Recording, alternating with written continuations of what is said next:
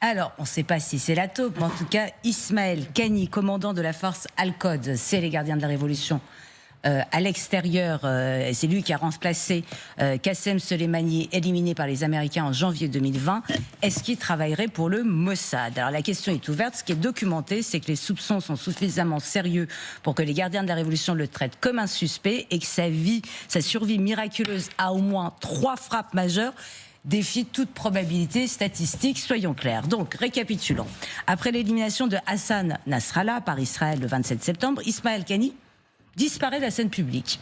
Où est-il? Il était censé assister à la même réunion que Nasrallah. Il ne s'y est jamais présenté.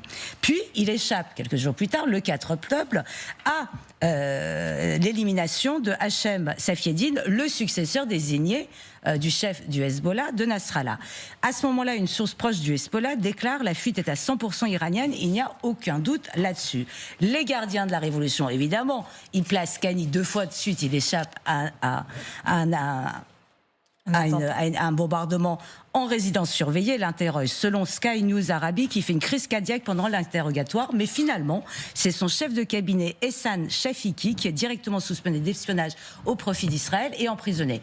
Donc on se dit, bon bah, c'est pas lui, il repart. En juin 2025, lors de l'opération Rising Lion, donc la guerre des 12 jours, les frappes israéliennes pulvérisent le quartier général des forces Al-Quds, dont il est le commandement. Le New York Times annonce la mort de Kani, mais le lendemain, l'armée israélienne publie une infographie où son nom ne figure pas parmi les victimes. Donc là, évidemment, panique à bord chez les gardiens de la Révolution, qui sont déjà paranoïés à la base, mais forcément, et il se trouve qu'il est encore en vie. En janvier 2026, un média israélien révèle que Kani fait en plus l'objet d'une enquête pour détournement de 700 millions de dollars issus des ventes de pétrole et d'armes. Il tente de rencontrer Kani, à ce moment-là, Khamenei qui refuse, et arrive le fatal 28 février 2026, les frappes américano-israéliennes qui tuent Khamenei dans sa résidence à Téhéran, et il se trouve que Kani était là, il était dans cette résidence, mais qu'il est parti exactement 10 minutes avant l'attaque. Ah, il est parti 10 minutes avant l'attaque. Exactement.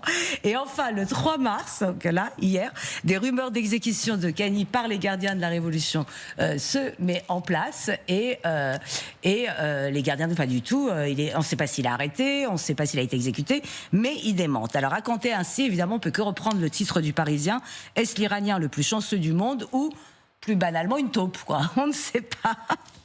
Et effectivement, j'ai retrouvé l'interview, je suis sûre qu'on en avait parlé ici, c'était en octobre 2024, de feu président Mahmoud Ahmadinejad, qui a été tué par les frappes israélo-américaines, et qui disait... Qui a été ? Il a été tué. Il a été tué a priori. Ahmadinejad ? Ah oui. Je crois qu'il a survécu. Il a survécu. Ah bon, alors, il a été donné pour mort pendant un temps et finalement il est réapparu. Mais tout cela est très difficile à vérifier pour sûr. J'étais resté sur mon numéro de claquette pour lui aussi. Israël organisait des opérations complexes à l'intérieur de l'Iran. Il pouvait facilement obtenir des informations en Iran. On reste encore silencieux à ce sujet. L'homme qui dirigeait l'unité en Iran contre Israël était un agent israélien. Et il rajoutait que 20 autres membres de cette unité anti-Mossad travaillaient en fait pour le Mossad. Et c'est ces agents qui ont permis le vol des archives nucléaires en 2018, ce qui est vrai, et les assassinats des scientifiques nucléaires. Bon, je précise quand même que feu, visiblement pas, Ahmadinejad est le même négationniste, qui disait que la Shoah n'avait jamais existé, qui disait qu'il n'y avait pas d'homosexualité en Iran et qui était totalement paranoïaque et complotiste. Mais même l'ancien chef de la sécurité intérieure iranienne, Ali Younessi, avait déjà prévenu en 2022, je cite, le Mossad a infiltré de nombreux départements gouvernementaux ces dernières années à un tel degré que tous les hauts responsables du pays devraient craindre pour leur vie. Ceci a été quand même légèrement prouvé. Alors, taupe ou pas, est-ce que c'est son entourage qui a été retourné à Kani? On ne sait pas, mais en tout cas, c'est quand même l'arbre qui cache la forêt. Et cette forêt, c'est quand même des centaines, voire des milliers de citoyens iraniens qui collaborent avec les services de renseignement israéliens.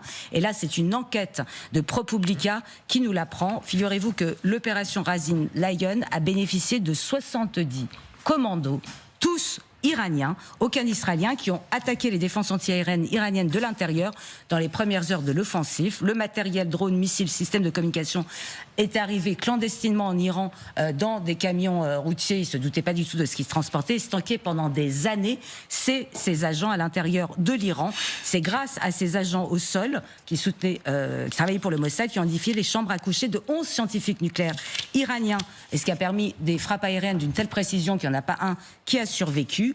Et la réaction du régime, c'est là où on intéresse, c'est comment le régime réagit, on se voit la véracité de la chose, et qui dit l'ampleur de l'infiltration. Plus de 700 personnes arrêtées en quelques jours après l'opération Rising Lion, accusées de lien avec le Mossad, au moins 12 exécutions, probablement 30, d'autant plus que juste après, en octobre 2025, Téhéran a durci la loi. L'espionnage au profit d'Israël est désormais automatiquement passible de mort avec confiscation de biens. Et ce que ça nous dit, c'est que quand même la monarchie, en 47 ans, a réussi quand même à tellement se faire détester qu'elle a créé une armée de l'ombre, une armée de l'intérieur qui travaille avec le Mossad pour réussir. Et donc moi je compte énormément sur ces milliers d'Iraniens qui travaillent avec le Mossad et qui, au moment opportun, réussiront à faire basculer les choses vers la liberté. Donc il faut poser